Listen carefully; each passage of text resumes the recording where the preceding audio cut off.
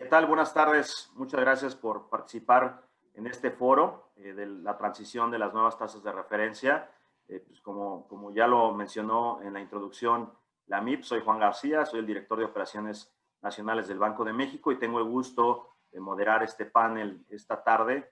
Me acompañan pues, tres grandes personalidades del mercado de derivados en nuestro país. Seguramente la gente que está involucrada en los mercados financieros los conocen perfectamente, pero también sabemos que este foro llega en esta ocasión a estudiantes. Bueno, ¿qué más da poder presentar a los involucrados esta tarde, ¿no? Entonces, conmigo nos acompaña Pedro Arroyo, ¿no? Quien es el representante de la MIP y quien es el responsable director de derivados de Monex. Por otro lado, también, bienvenido, Pedro.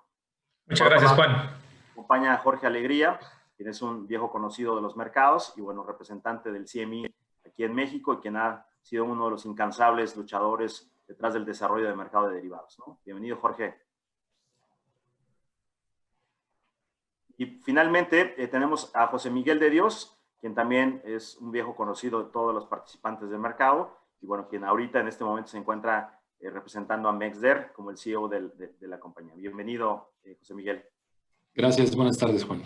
Perfecto. Oiga, pues miren, la idea es, sabemos que hay muchas personas que nos están siguiendo esta tarde que son pues asiduos y conocen el mercado de derivados, pero también es importante mencionarles a los panelistas esta tarde que por primera vez en el foro de la MIP se abre para los distintos estudiantes que estén interesados en la materia, ¿no? En ese esfuerzo que está haciendo la MIP, pues quisiéramos de alguna manera introducir el tema del que vamos a hablar esta tarde y del que les estaría haciendo varias preguntas en el transcurso de la próxima hora. Y justamente para poner un poquito en introducción del tema, pues me gustaría pasar a unas diapositivas para mostrarles a la audiencia, un poco para ponerlos más o menos a la altura de la discusión que vamos a tener esta tarde, ¿no?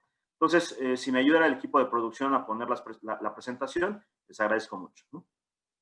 Bueno, gracias. Empezando por la diapositiva número 1, en donde hablamos de la introducción. Aquí, básicamente, estamos hablando de un proceso de transición de las tasas de referencia, de LIBOR a nuevas tasas de referencia, básicamente porque durante la crisis financiera de 2008 hubo una severa manipulación de estas tasas LIBOR, ¿no? Una de las condiciones o de los temas principales, problemas que estamos observando en las tasas LIBOR, es que son tasas determinadas por encuestas y no así por actividad en el mercado de fondeo interbancario, ¿no? Entonces, eso sin duda las autoridades han buscado movernos de encuestas en donde no hay necesariamente un mercado y hacer una transición hacia tasas de referencia que realmente sean extraídas de precios de mercado, ¿no? Entonces, durante la crisis financiera y todo este periodo del que estamos haciendo referencia, pues hubo una cantidad de escándalos pues de manipulación. Hubo, de hecho, varios bancos a los cuales se les aplicaron varias multas y que tuvieron que pagar. Y en ese proceso, varios han decidido comenzar a salirse de la cotización de estas tasas de referencia. De ahí del interés de todas las autoridades de poder hacer un plan para transicionar de estas tasas que se derivan de encuestas a tasas cuyos precios sean determinados en función de la actividad del mercado, ¿no?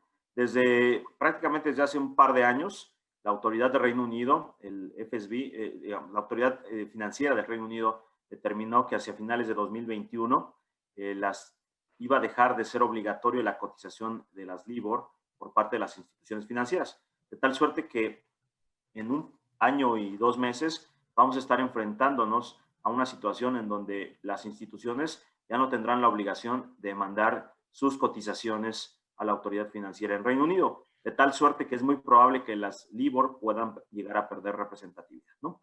Dado esto, es que varias autoridades financieras en el mundo han comenzado este proceso de transición, primero que nada anunciando nuevas tasas de referencia.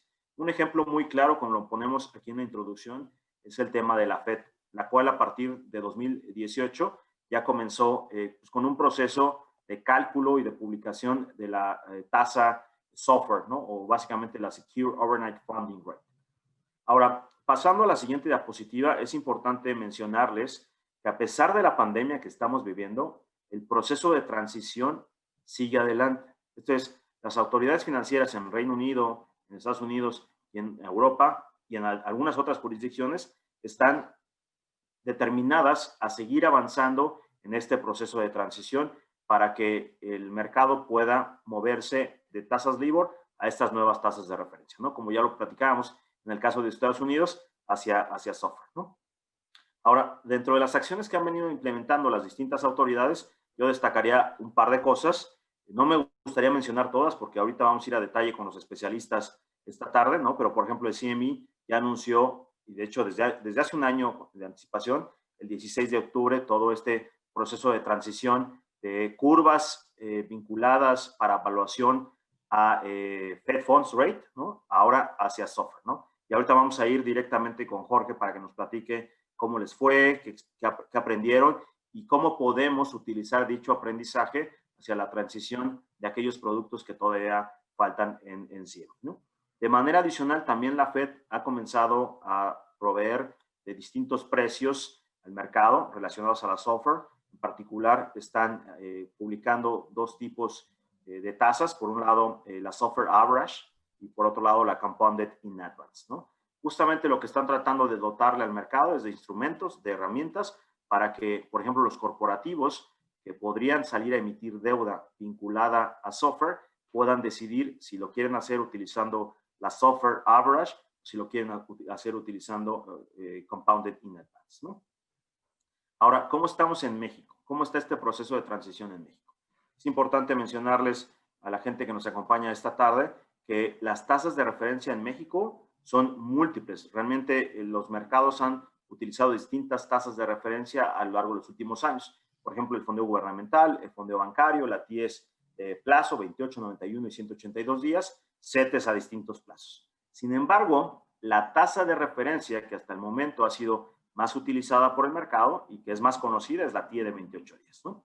La cual, en términos muy generales, cumple cabalmente con los principios que se requieren para las nuevas tasas de referencia que emite IOSCO. En términos generales, es una tasa que es muy difícil de manipular por dos condiciones, ¿no? Primero que nada, el Banco de México está en medio de las solicitudes que realiza las instituciones de crédito. En segundo lugar, publicamos las cotizaciones que realizan las instituciones. Y además, si el Banco de México detecta que las cotizaciones llegan a tener un rango amplio, pues el Banco de México se puede poner a pedir prestado recursos a la tasa más baja y inyectar dichos recursos o prestar dichos recursos a la tasa más alta, ¿no? Es decir, hacemos un cruce y eso puede evitar que se pueda manipular, hace más difícil la manipulación de la tasa de TIE 28 días, ¿no? Ahora, eso es del lado positivo.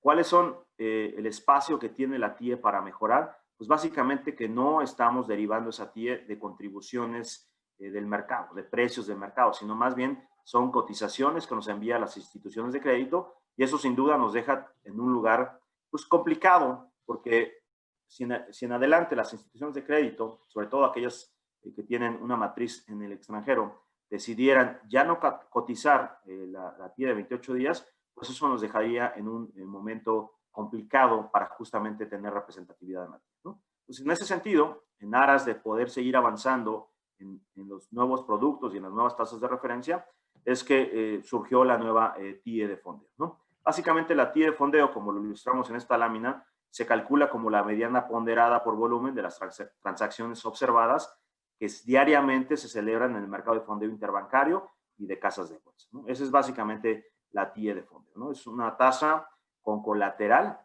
gubernamental, básicamente valores gubernamentales y también valores del IPA. Ahora, en este proceso de transición a la TIE de fondeo, es que es importante mencionarles que estamos analizando justamente cómo mover el mercado de manera paralela, tanto de las TIEs a plazo como de la TIE de fondeo. No estamos considerando en este momento la desaparición de las TIEs a plazo. Sin embargo, las autoridades claramente tienen una inclinación a que la TIE de fondeo se convierta en la nueva referencia para los mercados, ¿no? Tanto para productos derivados como para productos bancarios, ¿no? En ese sentido, las autoridades vamos a estar trabajando en los siguientes meses de la mano de las personas que nos acompañan el día de hoy en este panel para tratar de desarrollar un mercado de derivados vinculado a esta TIE de fondeo también promover deuda vinculada a esta nueva tasa de referencia, particularmente emisiones corporativas, y finalmente pues, la creación de una curva OIS, ¿no? Un Overnight Index Swap.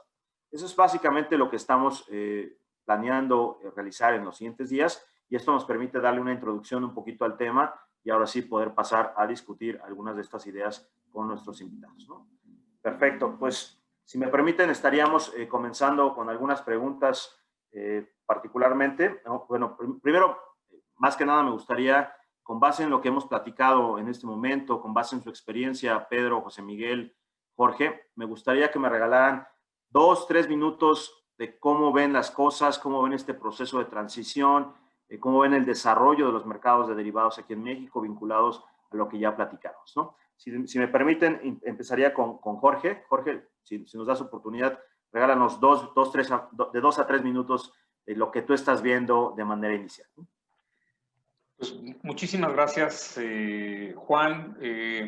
Muchas gracias también a la MIP por la invitación, y es un tema de la mayor importancia para los mercados financieros que se está llevando a cabo pues, en estos momentos, durante estos meses, y seguirá desarrollándose en los próximos semanas y meses para el caso de México y LATAM, como vamos a poder platicar. Yo creo que lo más importante es que México debe de incorporar estas medidas y estas acciones que se están tomando en otros mercados, en otras jurisdicciones, en la creación de estos nuevos indicadores, de estos nuevos índices de referencia, y que cumpla con las características que señalan reguladores y organismos regulatorios como IOSCO, y que es una oportunidad para que México, aunque tenemos una tasa de interés de referencia ciertamente muy exitosa y muy utilizada, pues no cumple con estas características. Por lo tanto, es una gran oportunidad para México el empezar a adoptar estas tasas que son más confiables en su determinación y que se servirán para la evaluación de instrumentos financieros, para tasas de referencia en muchísimas actividades económicas para México, y también desarrollar lo que de alguna manera dejabas ya entrever, Juan, una curva de fondeo diaria de la Overnight Index Swap que existe en otros países como Estados Unidos y Europa, para que también se puedan desarrollar instrumentos ligados a esta tasa overnight, como es la tasa de fondeo. Yo lo veo que es una evolución de los mercados y donde México no puede quedarse atrás, y es también una gran oportunidad de desarrollar nuevos instrumentos ligados a esta tasa. Muchas gracias, mi querido Jorge. Ahora, Pedro, por favor, regálanos unas palabras de introducción al tema, cómo ves las cosas, qué podríamos complementar lo que ya comentaba mi querido Jorge. Claro que sí, Juan. Muchas gracias, pues, sobre todo a todos mis compañeros panelistas, Jorge, José Miguel, Juan, muchas gracias por la atención. Y bueno, sí, comentarles, bueno, primero que nada, yo creo que es importante retomar el mensaje de los reguladores y de los organismos internacionales como el FSB, porque se sigue reiterando en sus comunicados que las instituciones que brinden a sus clientes productos que hagan referencia a tasas LIBOR pues deberían de haber comenzado a implementar un cambio o empezar a comunicar a sus usuarios finales cuáles son los que tengan productos ligados a LIBOR y sobre todo aquellos que tengan vencimientos mayores a finales del 2021 para asegurarse que estén al tanto de la transición y las medidas que se tienen que tomar para el traslado de estos productos a productos sobre tasas alternativas. Vaya, considero que es vital la transición porque, bueno, el anaquel de nuevas tasas de referencia constituyen ya una nueva normalidad. Es decir, cada geografía ya pasó por adoptar o bien adecuar alguna de las tasas de referencia ya existentes o crear nuevas tasas de referencia para adecuarse a las recomendaciones prácticas internacionales, como ya mencionaron hace un momento. Y donde yo destacaría de nuevo lo que ya se mencionó, que una de las principales características de las nuevas tasas de referencia es que sean basadas en transacciones de mercado. Sin duda, la adopción de estas tasas de referencia es fundamental en un entorno donde las economías de todo el mundo están interconectadas y en particular para México, en donde estamos relacionados con la economía global, no solamente a través de los mercados financieros, sino a través de la economía real. Los participantes locales y extranjeros que acceden a productos bancarios en diferentes monedas y que inevitablemente estarán referidos a estas nuevas tasas de referencia, como por ejemplo SOFR en el caso de dólares, como ya se mencionó, y que es fundamental que todos los actores del ecosistema financiero mexicano pues estemos listos para poder satisfacer la demanda de productos y coberturas que podrán ir desde firmar un contrato de crédito referido a una tasa de referencia nueva como SOFR, hasta poder incluso ofrecerles una cobertura, ya sea mediante un swap, un cross-currency swap o un cap de tasas de interés. Eso es básicamente lo que yo consideraría ahorita como introducción, Juan. Muchas gracias, mi querido Pedro. José Miguel, ¿nos regalarías 2-3 minutos de una introducción respecto a lo que piensas de todo este proceso?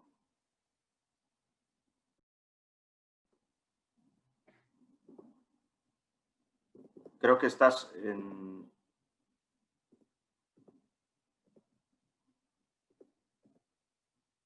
Creo que tuvimos un problema técnico aquí con José Miguel. Algún tema ahí de desconexión. Si quieren, podemos, ahorita mientras lo recuperamos, podríamos seguir avanzando con las primeras preguntas, ¿no? Perfecto. Pues bueno, la primera pregunta que yo tengo, mi querido Jorge, es justamente para ti. Platicaba hace unos minutos en la introducción respecto a que diferentes jurisdicciones han venido tomando decisiones alrededor de este proceso de transición. Las autoridades a nivel global están muy encaminadas a que este proceso pues, haya iniciado en varias jurisdicciones y que siga avanzando para tener un fin hacia finales del próximo año, ¿no? Pero el CME dio un paso gigantesco el pasado mes de octubre en este proceso y la verdad es que nos gustaría que nos platicaras cómo les fue, cuál fue un poco todos esos preparativos que estuvieron instrumentando en días, meses previos. Sabemos que se acercaron a las autoridades, a los diferentes participantes con mucho tiempo de anticipación. Esto tiene prácticamente un año de planeación. Pues nos gustaría conocer un poco cómo fue todo este proceso y después un poco las lecciones que aprendieron, qué podemos trasladar de esta experiencia ahora, digamos, hacia el resto del proceso de transición de las tasas de Fed Funds, de LIBOR, hacia SOFR, primero que nada, ¿no? Perdón, Jorge, estás en mute. Ya, muchísimas gracias. Mira, de hecho el proceso, como bien mencionas, yo creo que se vino preparando con casi un año, desde el mes de septiembre del año pasado, octubre del año pasado, se empezaron a mandar las primeras comunicaciones hacia los liquidadores y participantes del mercado que, dado que la adopción de SOFR como tasa de referencia era inminente, había que empezar a utilizar esta tasa de manera más, pues mucho más usual. El objetivo principal que se persigue al utilizar esta tasa SOFR como tasa de descuento de los swaps es que se generalice su uso.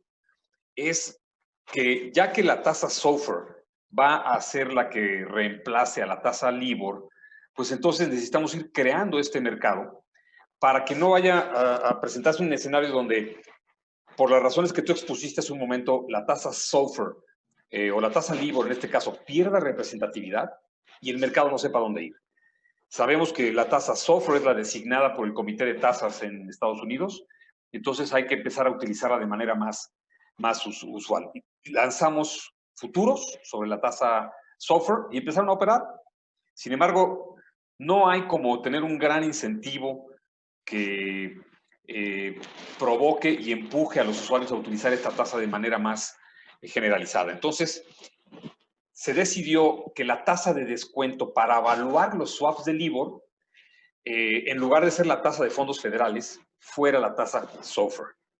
El mercado pensaba que por la pandemia esto se iba a postergar, que esto iba a ser, digamos, pospuesto, como se pospusieron muchas otras cosas. Sin embargo, tanto la Reserva Federal como el Banco de Inglaterra, sobre todo, y los comités correspondientes decidieron ir para adelante y adoptar el uso de la tasa SOFR lo antes posible. Dicho esto, El mes de julio fue la primera transición, donde cambiamos los swaps que estaban denominados en euros para ser ahora valuados con la tasa Ester. Sin embargo, el Big Bang, como se le conoce, se daría y se dio el 16 de octubre, cuando todos los swaps de LIBOR, absolutamente todos los swaps de LIBOR que estaban en cámaras, en este caso CME, al igual que en Londres, cambiaron su manera de evaluación y empezamos a utilizar la tasa SOFR. Fue un proceso sumamente complejo porque la cantidad de swaps abiertos que hay referenciados a LIBOR es enorme y había que cuidar mucho los impactos que se pudieran dar. Entonces, fue un proceso muy trabajado con todos los participantes, con todos los bancos, con todos los clientes. Se les entregaron reportes semanales con casi 2 o 3 meses de anticipación para que fueran viendo el posible impacto que podían llegar a tener, y se tomaron medidas para minimizar los costos, que de hecho no los hubo. Fue un proceso sumamente exitoso. El día 16 de octubre se lleva a cabo esta transición. Se cambia la evaluación de todos los swaps que utilizaban como tasa de descuento la tasa de fondos federales, y ahora ya utilizan la tasa SOFR. El día 19, que fue el lunes, ya todos los swaps desde entonces se empiezan a evaluar con esta tasa. Hubo mecanismos para compensar pérdidas, para compensar ganancias, que permitieron que no hubiera ningún impacto. Esto es muy importante, que no hubiera ningún impacto para los participantes del mercado. Y algo muy similar será lo que estaremos desarrollando y platicaremos más adelante para la adopción cuando se dé para el caso de las monedas latinoamericanas, desde luego incluyendo la TIE, que es uno de los swaps más negociados a nivel global. Hubo varias lecciones, sobre todo trabajar muy de cerca con los socios liquidadores, que son los que están haciendo todos estos procesos, de tal manera que tengan toda la información para la adopción de los nuevos procesos.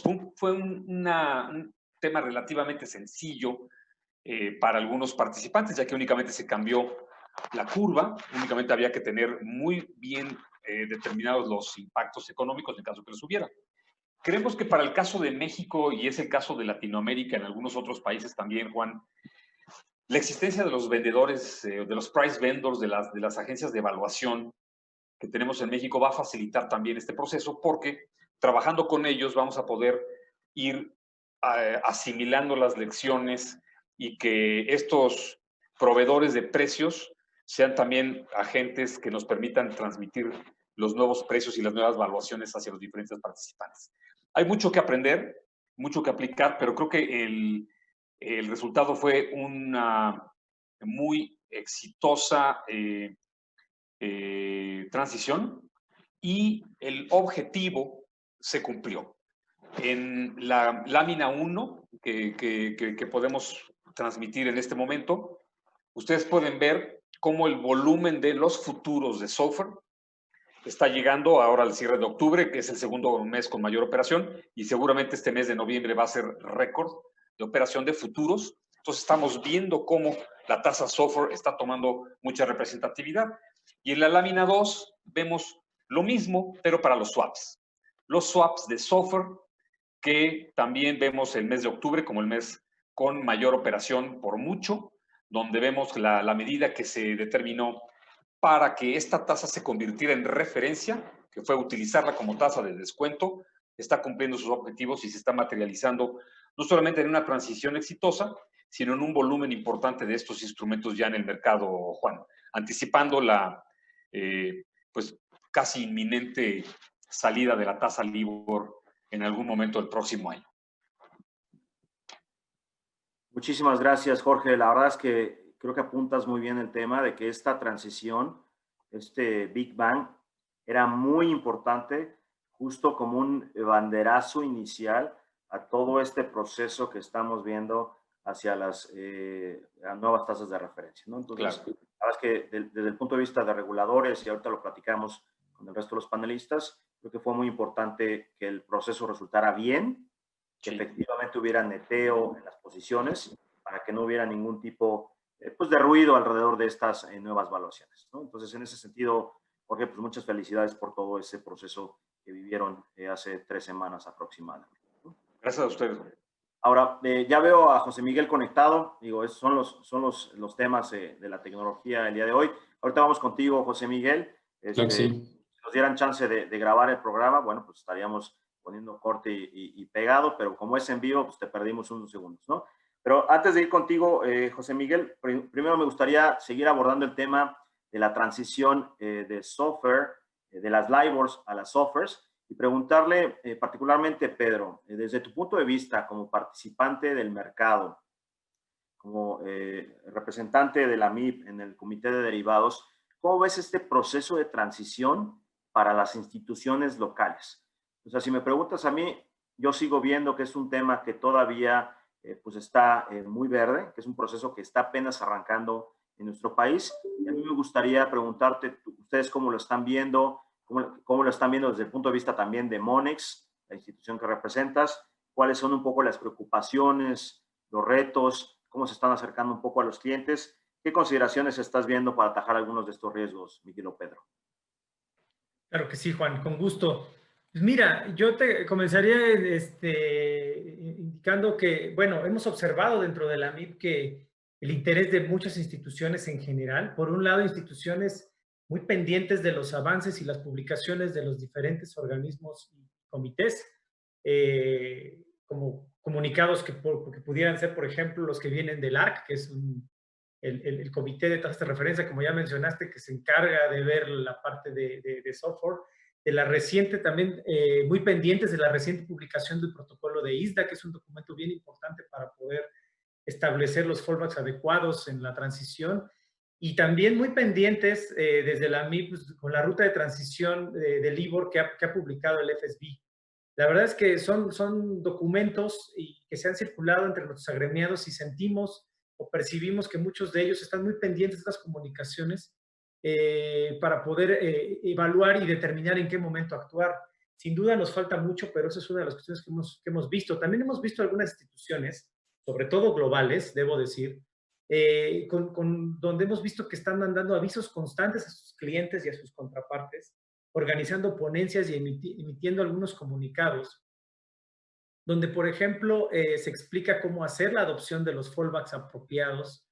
En algunos casos también los hemos visto invitando a la adherencia ya del protocolo ISDA, y en algunos casos incluso sugiriendo una reducción de exposiciones al IVA e invitando a conversiones voluntarias para pasar de sus riesgos de la actual tasas LIBOR a las nuevas tasas de referencia, ¿no? En particular, la tasa de dólares, la SOFR, pues es una tasa que está muy interrelacionada con el mercado local.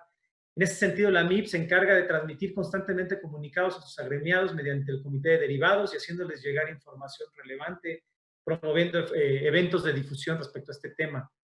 Los retos, vaya, te podría decir que percibimos que para una adecuada transición de la adopción de tasas podríamos tratar de resumirlo en 3 puntos. Por un lado, es necesario que las instituciones realicen un adecuado diagnóstico de la exposición que mantienen en sus balances. En particular, como ya dije, pues el caso en general de todas las cifras, pero en particular para el caso de dólares, de la LIBOR en dólares. Otro de los temas que vemos es pues, la adecuación que tienen que hacer a los sistemas de gestión, que como recordarán y como muchos de ustedes saben, muchos de ellos no son in-house, y que son adecuaciones necesarias para poder hacer una medición y una gestión de riesgos que les permita hacer un switch de una manera ordenada. Y el tercer punto que vemos como reto es poder adoptar y renegociar los fallbacks, sobre todo el legacy de documentación que actualmente se tiene o hace referencia a las tasas IBOR, ¿no? La expectativa que tengo es que las instituciones tenemos un camino de mucho trabajo para superar los retos que acabo de mencionar. Pero también creo que es algo positivo poder aprovechar y apalancar la experiencia que se está teniendo a nivel internacional, como ya mencionó Jorge y mencionabas tú hace un momento, y tratar de aplicar las medidas que mejor se adapten al caso mexicano. Y de esta forma poder llevar a cabo como gremio de la mano de autoridades y reguladores algo que nos ayude a superar satisfactoriamente estos retos. Del lado de Monex te puedo platicar que han sido meses intensos, las áreas del grupo financiero, primero trabajando en el diagnóstico de las exposiciones que tenemos a las tasas IBORs, estando muy pendientes de los acuerdos gremiales en cuanto a las modificaciones de los contratos ISDA, para determinar una estrategia de adopción de fallbacks correspondientes. Se ha trabajado en la implementación y la adecuación de los sistemas, que es un punto súper importante para poder estar listos. Y finalmente hemos trabajado en una capacitación interna, no solo de las áreas dentro de la institución, sino de capacitación hacia las áreas que atienden clientes finales para tratar de permearles cuál es la comunicación, permeando una comunicación eficaz de cuáles serán los pasos a seguir, los tiempos de las modificaciones regulatorias, los cambios de las condiciones contractuales y sobre todo, cuándo estaremos listos como grupo financiero para poderles ofrecer productos de cobertura sobre estas nuevas tasas de referencia. Finalmente, reiterar que para atajar estos riesgos, yo creo que es muy importante estar pendientes de los comunicados de los diversos organismos internacionales y pendientes de las acciones que podamos tomar aquí en México, a través de la conformación de diversos grupos de trabajo que seguramente seguiremos abordando a lo largo de esta charla. Buenísimo, Pedro. Creo que es muy relevante lo que comentas. O sea, a pesar de que estamos en este proceso de transición, el mercado sigue manteniendo una elevada exposición a productos referenciados a la LIBOR, particularmente porque ahí es donde está la liquidez en este momento. Entonces, el reto está, como participantes del mercado, como autoridades, cómo hacemos que los nuevos productos vinculados a las nuevas tasas de referencia comiencen a ganar cierta atracción y cierto volumen, ¿no? Y bueno, pues qué bueno que nos apuntas con, digamos, particularmente estos tres temas que sin duda van a ser trascendentales para la gente que nos está escuchando esta tarde, ¿no? Bueno, pasaríamos a la siguiente sección, particularmente con José Miguel. Aquí lo que me gustaría preguntarte, José Miguel, aprovechando que no estuviste en la introducción, es que nos des un par de minutos de palabras iniciales respecto a todo este proceso de transición, pero también que nos platiques sobre el tema de cómo está viendo Mexder todo este proceso de transición, cómo al final de cuentas siguen avanzando, si es que de hecho hay planes de la mano con CME para el proceso de transición hacia las nuevas tasas de referencia, y también que nos platiques ya, vamos a meternos en materia sobre la TIE de fondeo, ¿no? Vamos a tratar de aterrizarnos un poquito sobre el tema local, cómo lo está viendo Mexder, qué piensa de la nueva tasa de referencia, un poco qué les gustaría ver alrededor de este tema, ¿no? Entonces, pues iniciaríamos contigo este tema, mi querido José Miguel, adelante. Gracias, Juan.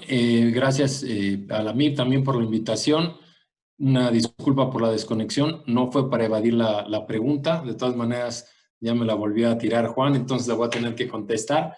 Y bueno, nosotros creemos que es una muy buena medida de Banco de México que esté implementando esta nueva tasa, esté haciendo los cambios para sacar esta nueva tasa. Creemos que esto nos ayuda a evolucionar más rápidamente, a estar al mismo nivel, mismo ritmo que están los mercados internacionales. Y creemos también que esta TIE de fondeo, que tiene bastantes diferencias con la TIE de 28 días, pues es una tasa que puede ser un poco más dinámica, ¿no? Es decir, tú la TIE de 28 días la conoces hoy hacia adelante, ¿no? Y los cambios que vaya teniendo el mercado, digamos que se notan más lentamente, ¿no? La TIE de fondeo inmediatamente va reflejando los movimientos que vaya teniendo el mercado, entonces por eso creemos que es una tasa más dinámica y que puede ser muy buena para el mercado, ¿no? Además de estar, pues lo que comentaba, a niveles de cómo están los mercados internacionales, ¿no? En cuanto a lo que me preguntabas, si habíamos tenido alguna conversación para hacer la migración, sí, hemos platicado con el CME, hemos platicado con Jorge Alegría y tenemos planes para hacer el movimiento del cambio de la tasa de evaluación exactamente en la misma fecha que el CME, ¿no?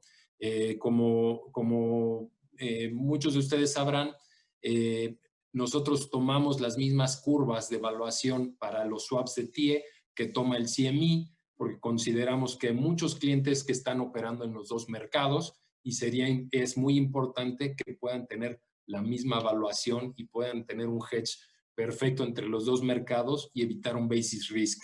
Entonces, en el momento que CME, que tiene planeado más o menos para marzo, abril, ya lo comentaba Jorge, hacer esta migración con esta nueva curva de evaluación, nosotros en la misma fecha lo estaríamos haciendo de la misma manera que ellos lo están haciendo, ¿no? Ellos ya empezaron con este Big Bang que platicamos, tienen un poco más la experiencia de cómo se ha hecho, y entonces estamos siguiendo junto con ellos para tomar las medidas y hacerlo y sin tener impactos en el mercado, ¿no? La idea un poco es hacer un fin de semana, un cambio de evaluación en el que efectivamente las personas o las instituciones que tengan posiciones abiertas reciban dos valuaciones, ¿no? Una para la liquidación y una que sería para iniciar el siguiente día, ¿no? Entonces, con esto no se estaría reflejando una pérdida por este cambio de la curva de evaluación, ¿no? Entonces, creemos que es la mejor manera de hacerlo. Nos hemos metido a estudiarlo un poquito, este tema.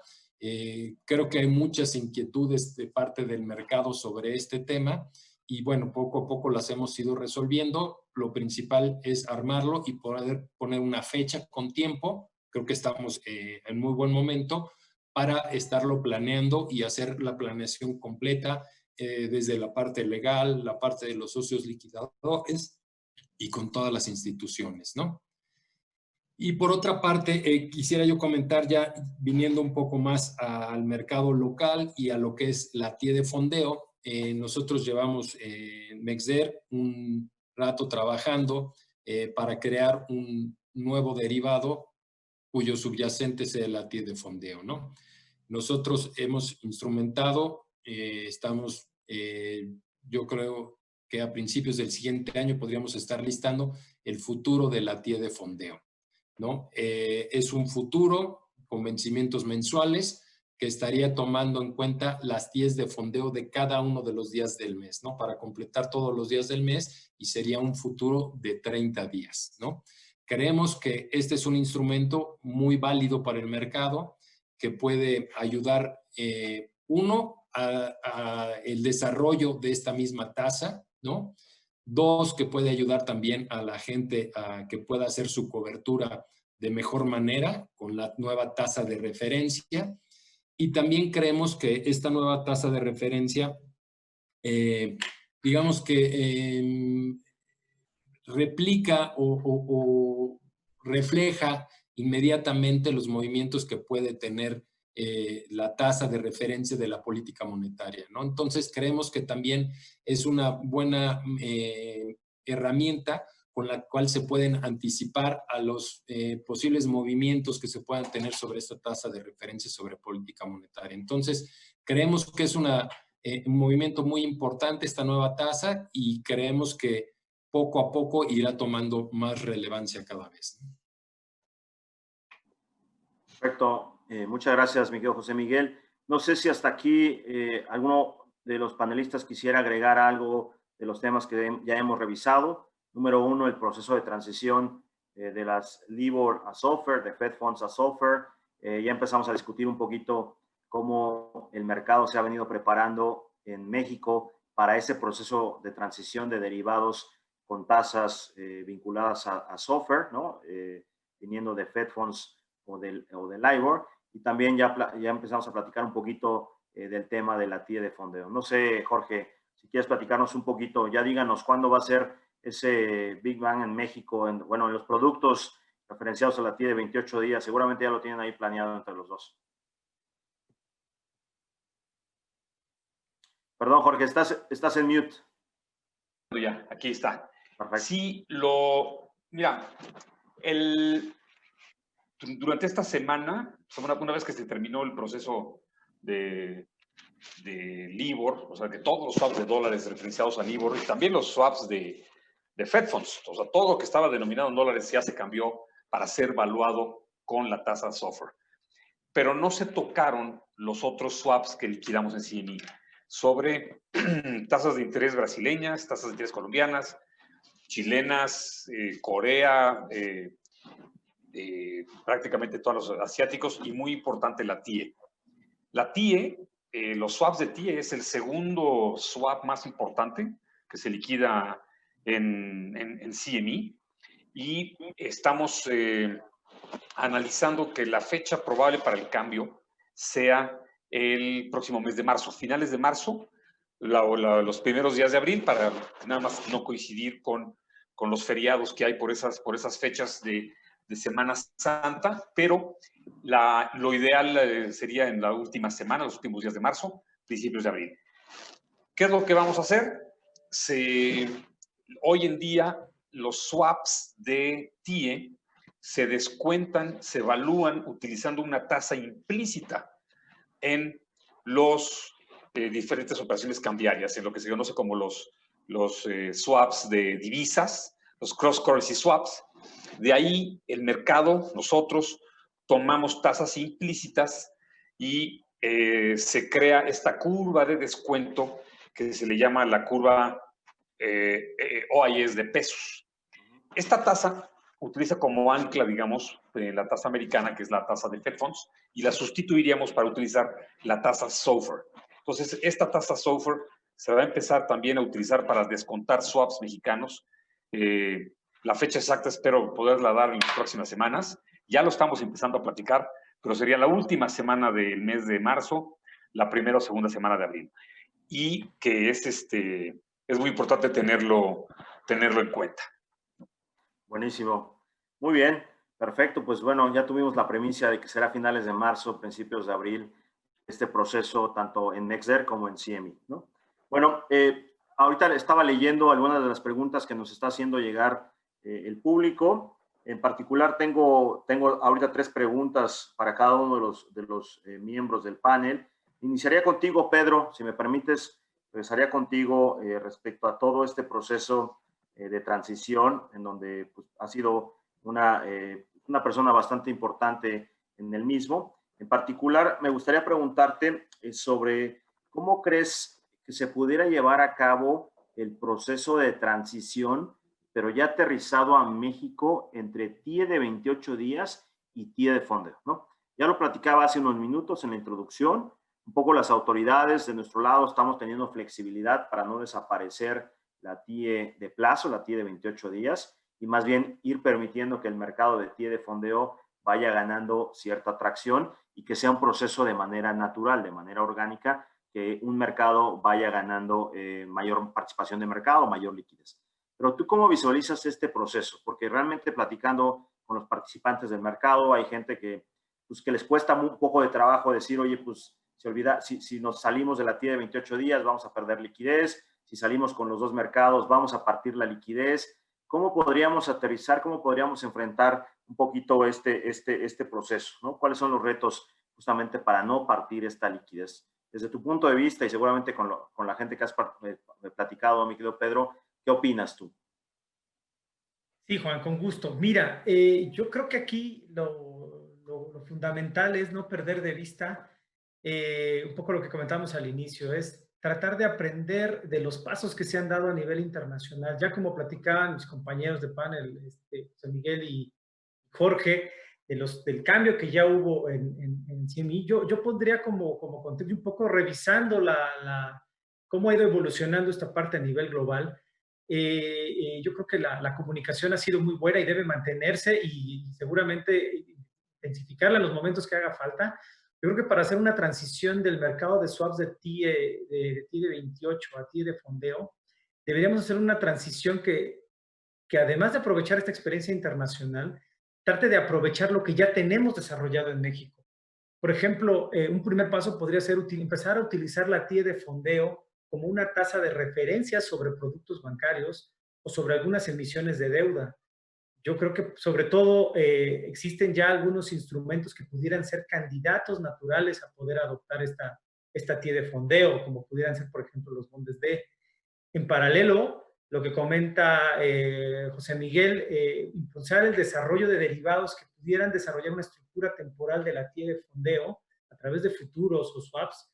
Y una vez que se tenga una liquidez considerable sobre estos productos bancarios y estos derivados de TIE de fondeo, poder empezar a interrelacionar la TIE de 28 con la TIE de fondeo. ¿A qué me refiero? Es decir, el reto es, como bien comentas, no poner a competir la liquidez entre ambos subyacentes, sino ver cómo se puede complementar la liquidez de ambos.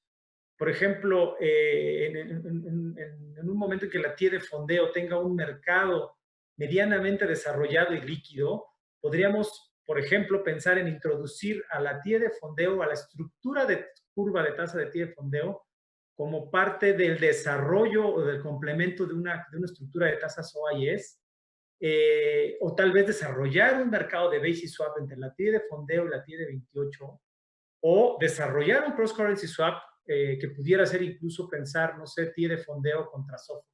Es decir, ¿a qué voy?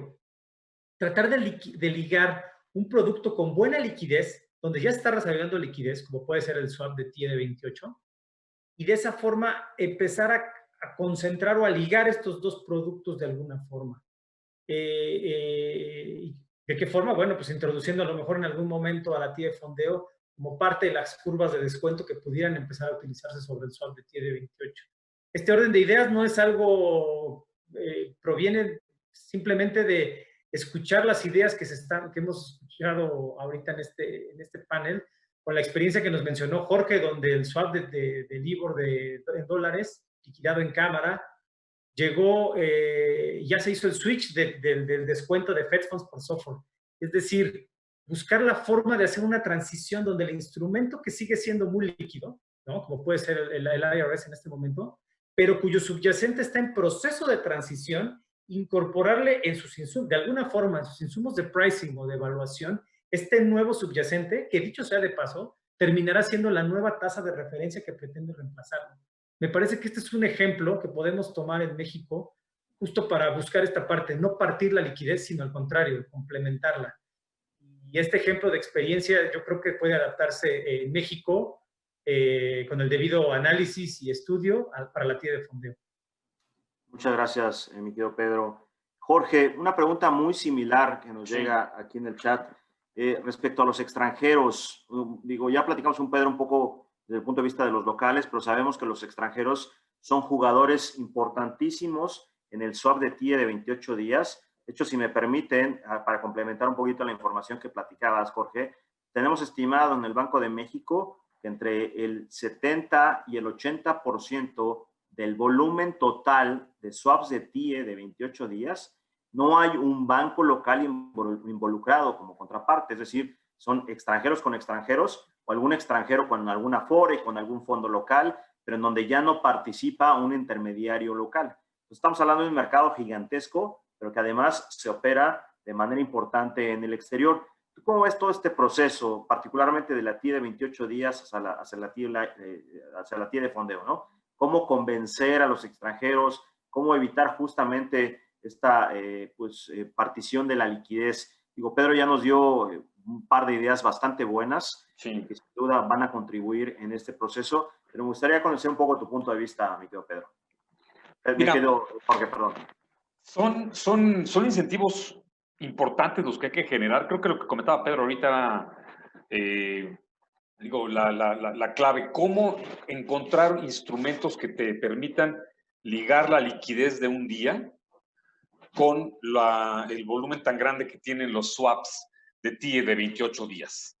Que, como mencionabas ahora, los volúmenes diarios son de, literalmente hablando, miles de millones de dólares que se operan diariamente en TIEs de 28 días y que sirven tanto para administrar los balances de los bancos, como también cobertura sobre las posiciones de bonos mexicanos, etcétera. Entonces es un mercado muy dinámico. Y nosotros lo que pensamos en general es la adopción del mercado es clave. El mercado tiene que empezar a adoptar esta tasa poco a poco, pero tiene que empezar a adoptarlo. Creo que el tema de los bondes que se han estado manejando es interesante, ya que de inmediato va a empezar a crear tanto alternativas de inversión, digamos, tanto activos como pasivos, que estarán ligados a la tasa de TIE de fondeo. Y tener instrumentos para cubrir estos riesgos o para administrar estos riesgos, como son los instrumentos derivados.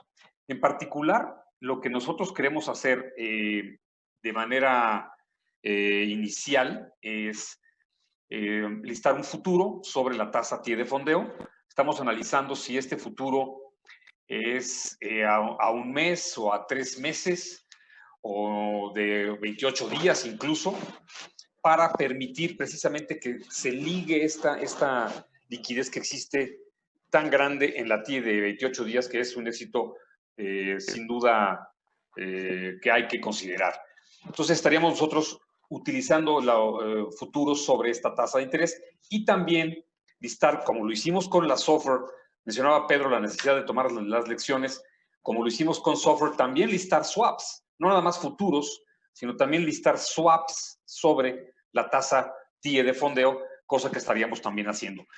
Quisiera yo reiterar que es muy importante que existan los incentivos para que el mercado vaya adoptando esta nueva tasa de interés. Nosotros, los mercados, lo que podemos hacer es ayudar a los catalizadores, apoyar los catalizadores, pero no creamos los catalizadores. Que el mercado vaya a empezar a utilizar estos instrumentos y nosotros tendremos a disposición del mercado las coberturas y la manera de desarrollar más la liquidez. Pero hay que ir de la mano de las autoridades, de los emisores, fomentando la utilización de esta tasa que pues, tiene, como ya lo hemos platicado, muchísimas ventajas. Por el lado nuestro, esperamos ver también próximamente los futuros sobre la tasa de fondeo, que estaremos discutiendo con el mercado y con el mercado mexicano también para ver cuáles son las características ideales que permitan esta transición y ligar la liquidez de 28 días con la liquidez de fondeo. Muchas gracias, mi querido Jorge. También respecto a Mexder, José Miguel, ¿cómo ven ustedes todo este proceso? Digamos, ya hablamos de varios temas, ya nos platicaste, José Miguel, que están viendo el listado de un futuro referenciado a la TIE de fondeo tan pronto como al inicio del próximo año. También platicamos, Pedro abordó temas de consideraciones legales como los fallback clauses, ¿no? También abordamos el tema de desarrollo de un mercado al contado, ¿no? En otras palabras, un título que tenga tasa vinculado a la TIE de fondeo, ¿no? La posibilidad de que se pueda emitir bondes de referenciados a la TIE de fondeo.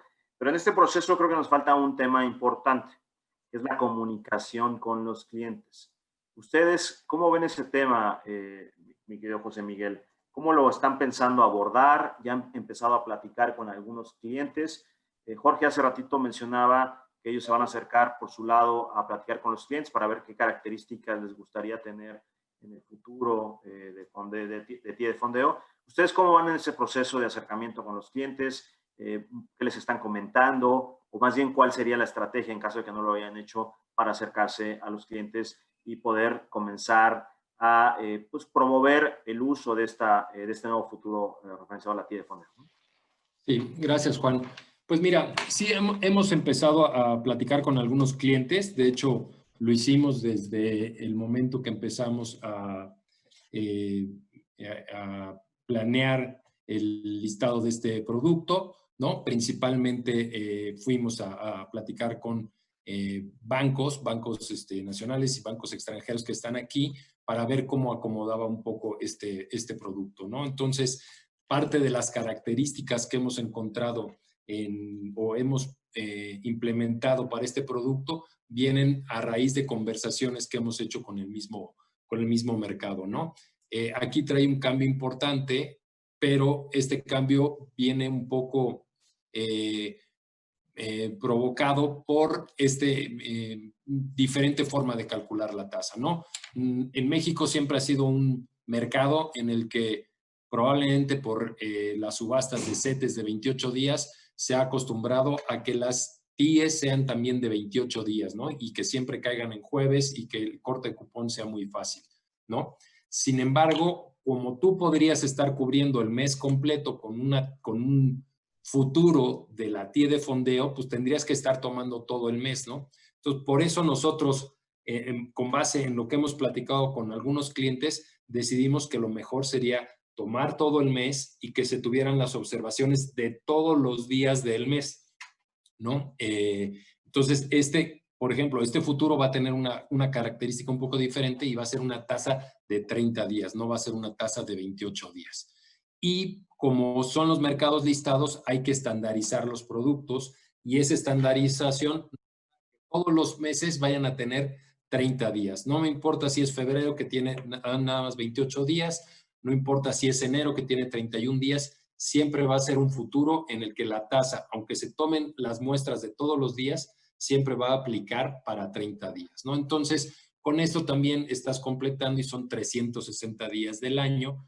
Entonces, tiene mucho sentido lo que hemos platicado con los clientes y lo que hemos tratado de ver, ¿no?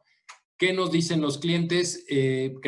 Creemos que este producto puede ser exitoso, creemos que le puede ayudar al mercado, tardará un poquito en implementarse, en que la gente lo vaya conociendo y que vaya pudiéndolo utilizar cada vez más, pero bueno, pues creemos que le sirve a mucha gente del mercado, que le sirve tanto a los clientes institucionales, a los fondos de inversión. Creemos que les hace mucho sentido que los fondos de inversión puedan invertir en un futuro de estos, y le sirve también evidentemente a las tesorerías de los bancos, ¿no?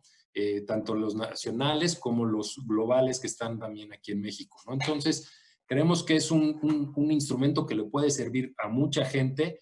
Es una excelente idea el tema de tener los bondes ligados a esta tasa de fondeo también, porque como lo comentaba hace un momento Jorge, pues tienes los dos lados, ¿no? El activo y el pasivo, ¿no?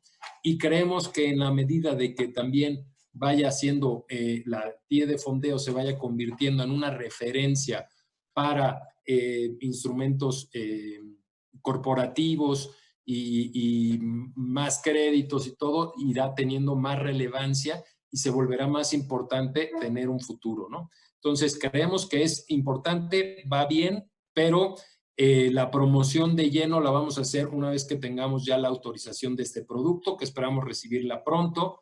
Uno de los temas también importantes que había era cómo se iba a hacer la evaluación de este producto, ¿no? Entonces, bueno, pues ya platicando con las autoridades, incluido Banco de México, bueno, pues no existe una tasa de fondeo en México, no existe una curva de fondeo en México, en realidad existe nada más la tasa de un día, y entonces había que ver cómo proyectarla, ¿no? Hacia adelante. Entonces, ahí el consenso que ha habido en el mercado y con las autoridades es, a partir de la TIE de 28 días, sacar la diferencia que hay contra la TIE de fondeo de un día, llevarla a 28 días, sacar esa diferencia, y esa diferencia es más o menos la que se va a aplicar, ¿no? Va a ser diferente en cada uno de los nodos de la curva, pero bueno, más o menos esa es la parte en la que se va a empezar con esta evaluación, ¿no? Y poco a poco, conforme el mercado vaya teniendo más liquidez, se irá tomando también las operaciones que se van teniendo en el mercado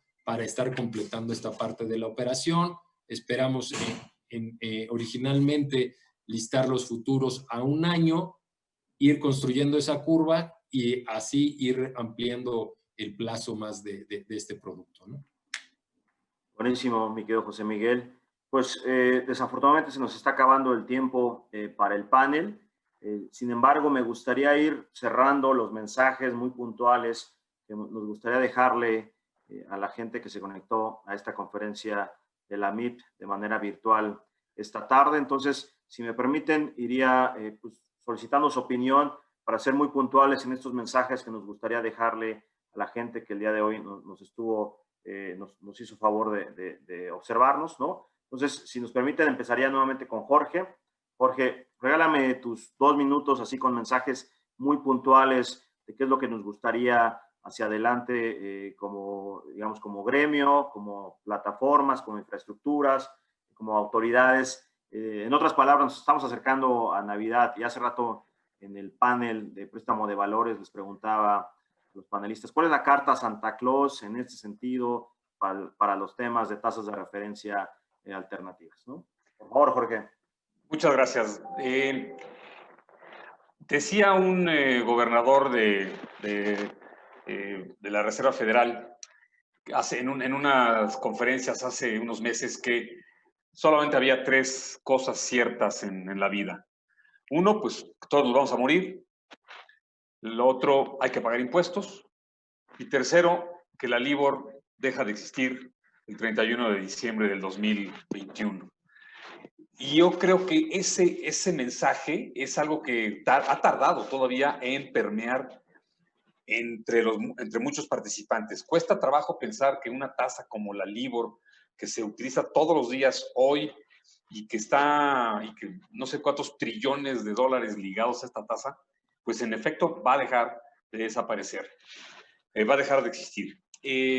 Creo que algo similar, eventualmente, estos cambios que están motivando esta desaparición de irse hacia tasas de referencia de un día, van a tener un impacto en México más rápido de lo que pensamos, lo cual creo que va a provocar que la utilización de la tasa TIE de fondeo sea una tasa que sí necesitará de incentivos. La gente necesita empezar a ver, oye, es cierto, se va la LIBOR, tenemos que empezar a utilizar la SOFR y también tenemos que empezar a utilizar la TIE de fondeo como referencia. Yo creo que el mensaje es ese, es bien en serio, es un mensaje que ha sido sumamente fuerte y claro, el emitido por la Reserva Federal, por la FCA británica, no tanto por el Banco Europeo, el Banco Central Europeo, pero la utilización de estas tasas son un hecho. En México no es la excepción. Creo que al final de cuentas hay una gran oportunidad para desarrollar un mercado y una tasa de interés de un día para crear toda la curva de evaluación del OIS, utilizando la TIE de fondeo para México, y invitar a la gente a que lo vea, a que lo estudie, porque lo mencionaba Pedro, cada banco, cada institución va a tener un impacto diferente. Sin embargo, creo que lo que se ha estado viendo en Europa, lo que ya se vio en Estados Unidos, estoy seguro que lo que vamos a ver en Latinoamérica en los próximos meses va a salir bien y la gente tiene que ir empezando a adoptar esta tasa de manera más, digamos, más común, tanto emisores como infraestructuras, que es nuestro caso, y definitivamente pues, los incentivos que las autoridades puedan otorgar van a ser muy importantes. Ese sería mi mensaje final, Juan, y muchas gracias a todos. Muchas gracias, mi querido Jorge. Un gusto saludarte. Por otro lado, Pedro, también te preguntaría lo mismo. Incluso si me puedes platicar rápidamente en qué foros estás involucrado junto con el resto de los panelistas, con las autoridades. No abordamos el tema, pero sí es importante pues dejar el mensaje que hay mucho trabajo detrás de todo este proceso, ¿no? Adelante, Pedro. Claro que sí, Juan. Muchas gracias. Pues mira, me parece ahora sí, como decía, la Carta Santa Claus es poder hacer una implementación y una transición suave a lo que es una realidad, a lo que ya llevamos, como decía hace un momento, la nueva realidad, la tasa de referencia y la talla de fondeo. Me parece que hay una muy buena interacción entre asociaciones. He tenido la fortuna de estar participando en diferentes foros de difusión, donde la MIB ha extendido invitaciones a los diferentes agremiados y a algunas otras asociaciones como la MAI, la AMAFORE, la AMIS, la ABM, con asistencia muy importante de ellos en algunos foros de difusión. También ABM y AMIB, por ejemplo, están trabajando en la implementación de un protocolo para contrato marco de derivados local, que inclusive podría trastocar de alguna forma también el contrato de reporto. Y sin duda me parece muy importante mencionar y no dejar pasar la oportunidad de mencionar que la integración del grupo de trabajo de tasas de referencia es un grupo que va de la mano de autoridades como Banjico, Comisión Nacional Bancaria, Secretaría de Hacienda, asociaciones y participantes de mercado que pretenden dar un seguimiento muy claro en 3 directrices para poder atacar esta transición, ¿no? Que va para productos bancarios, productos derivados y emisión de deuda. Me parece que finalmente decir que estamos en medio de una transición de tasas de referencia y que es un cambio sin precedentes y que en ese sentido el sistema financiero mexicano tiene grandes retos y que es importante estar al pendiente de los avances que tenga este grupo de tasas de referencia implementado en México, donde seguramente se irán definiendo y tomando acuerdos partiendo de la experiencia internacional y tratar de ver qué es lo que es aplicable para el caso mexicano para un desarrollo ordenado y suave a esta nueva normalidad que en cuanto a tasas de referencia. Ese sería mi comentario. Muchas gracias, Pedro, también por tu participación. Finalmente, José Miguel, tocó la última intervención, ¿no? Por favor, cuéntanos, ¿cuál es tu carta Santa Claus de este tema de tasas alternativas de referencia? Bueno, gracias, Juan.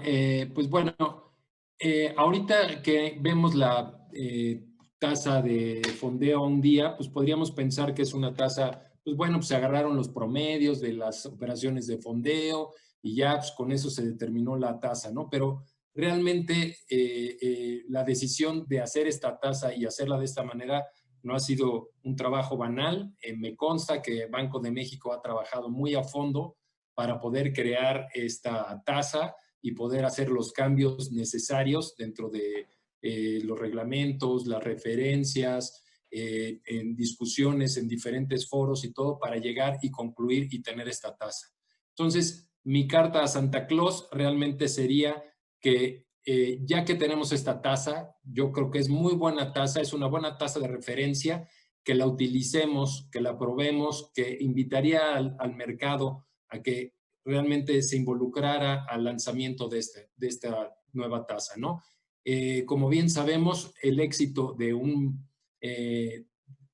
producto depende de que lo utilice el mercado, ¿no? Y el mercado no es ni Banco de México ni la bolsa, sino el mercado somos todos, y en base a que todos estemos participando y pongamos un esfuerzo para que tenga buen resultado esta tasa, bueno, pues ese va a ser el éxito, ¿no? La clave del éxito, ¿no? Y si me permites también pedirle una carta a la coneja de Pascua, pues te pediría que, bueno, le pediría que saliera bien la transición de la tasa de evaluación que vamos a hacer por allá, por esas fechas de Semana Santa, ¿no? Buenísimo, muy bien. Pues les agradezco muchísimo la oportunidad de poder platicar con ustedes, a los 3 panelistas, 3 especialistas de este proceso. Le agradezco a la AMIP la invitación para moderar este panel. Muchas gracias a Álvaro, ¿no? A todo el equipo de la AMIP. Y ojalá que en un año estemos tomándonos un coco en Cancún, en Acapulco, en donde sea la siguiente convención de la AMIP, y discutamos ya el desarrollo justamente de estos mercados, la transición de marzo a abril, el inicio de los futuros de la TIE de fondeo en ambos mercados, y bueno, pues que estemos platicando de estos temas, ¿no? Muchísimas gracias a los panelistas, gracias por el tiempo, y bueno, pues seguimos aquí en el foro de la BIP, ¿no? Gracias. Muchas gracias. Muchas gracias. Hasta luego.